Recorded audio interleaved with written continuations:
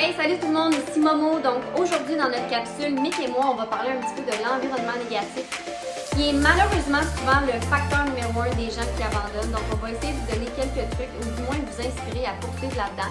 Donc sur ce, je vous souhaite un bon visionnement.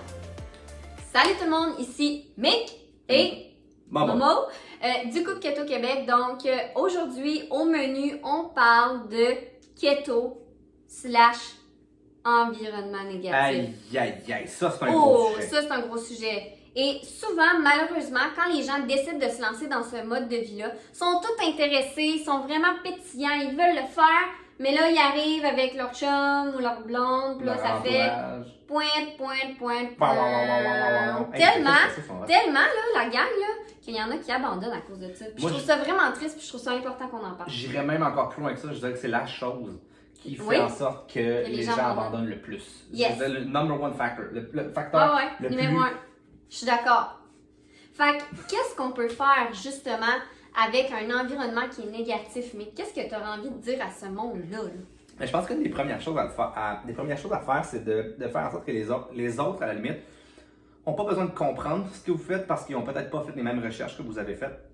Ils n'ont peut-être pas lu les livres que vous avez lus, les podcasts, les ci, les ça, puis ils ne comprennent pas nécessairement le pourquoi vous le faites. Donc, d'expliquer le pourquoi, mais de surtout demander le non-jugement face à certains choix que je suis en train de prendre. Juste le demander. Écoute, je vais essayer l'alimentation cétogène.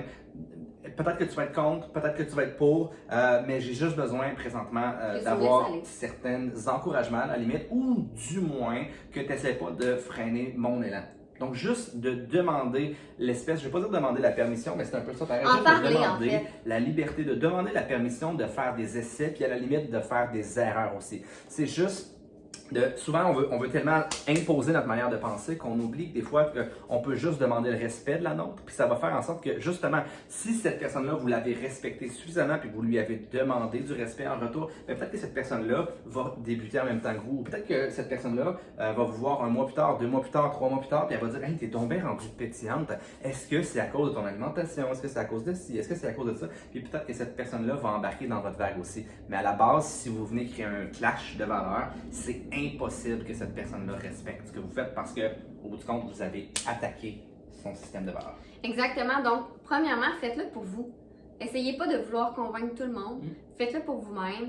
Puis, moi, je pense que Mick a raison. Souvent, dans ce genre d'affaires-là, on veut comme pas en parler puis se cacher. Ouais. Mais moi, je pense que justement, en parler puis l'expliquer, c'est une des meilleures choses. Puis honnêtement, à notre chaîne YouTube, il y a plein d'infos. Fait que donnez-y notre chaîne YouTube. Il faut pas essayer de convaincre, c'est la seule chose, je pense. Mais il faut que la personne... Tu sais, donner des ressources à la personne, puis la personne prendra le choix d'aller les consulter ou non au final. Exact. Donc ça, c'est super important. Ensuite, un autre point, aurais-tu quelque chose d'autre à ajouter? La deuxième chose, ce serait d'avoir une certaine clarté. Parce que c'est vraiment poche quand nous-mêmes, on sent qu'on n'a pas... on n'a pas suffisamment de clarté à l'intérieur de notre tête, on ne sait pas où c'est qu'on s'en va. Puis ça fait en sorte que si cette clarté-là n'est pas présente, bien vous allez avoir de la difficulté, premièrement, à expliquer votre choix à quelqu'un.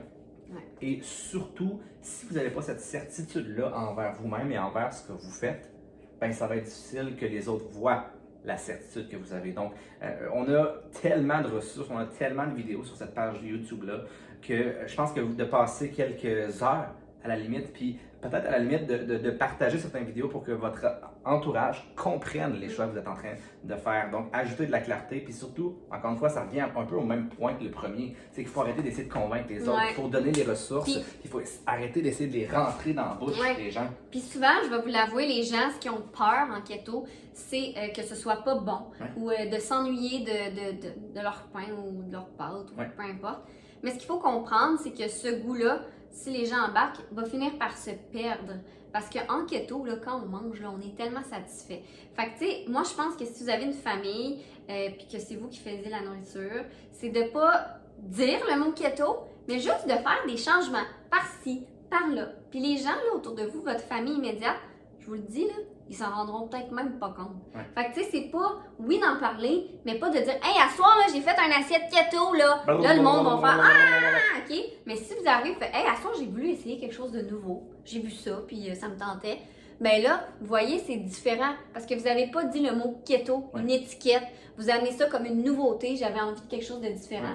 Fait que, tu sais, La meilleure chose, surtout si vous êtes mère ou père de famille, je crois que c'est de faire des recherches de recettes, puis d'essayer des choses.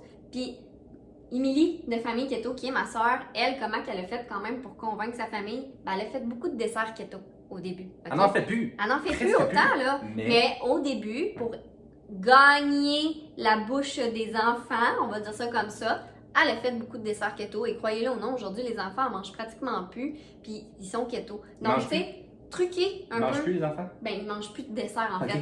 Mais non, ils mangent plus. Ils mangent plus, c'est une histoire. Mais tu sais, tout ça pour vous dire que truquer le cerveau de votre famille en faisant des choses qui sont goûteuses, des bonnes sauces grasses, à la limite des fat bombs, des biscuits keto, puis je vous le dis, ils s'en rendront même pas compte. Même à la limite, là, ils vont peut-être dire, mon Dieu, c'est donc bien bon ça, maman ou papa. Parce qu'il faut pas oublier que l'alimentation cétogène devrait représenter 3 principes. Hein. Oui, je l'ai dit dans une autre capsule. Je l'ai dit dans une autre capsule aussi. On l'a dit encore. On le répète. Mais si on se fie à manger naturellement.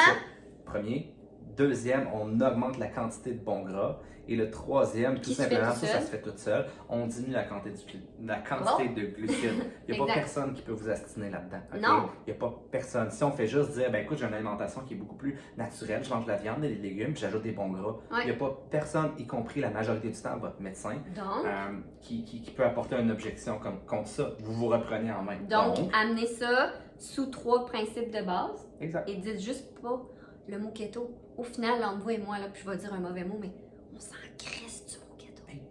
J'ai pendant longtemps refusé l'étiquette de keto jusqu'à ce qu'à un moment donné, je me suis rendu compte que de prononcer le mot keto devenait plus bénéfique pour les gens que de ne pas le prononcer. Mais quand j'ai commencé il y a 8 ans, je ne savais pas. Je ne savais même pas que cette étiquette-là existait. Je ne savais même pas que c'était keto.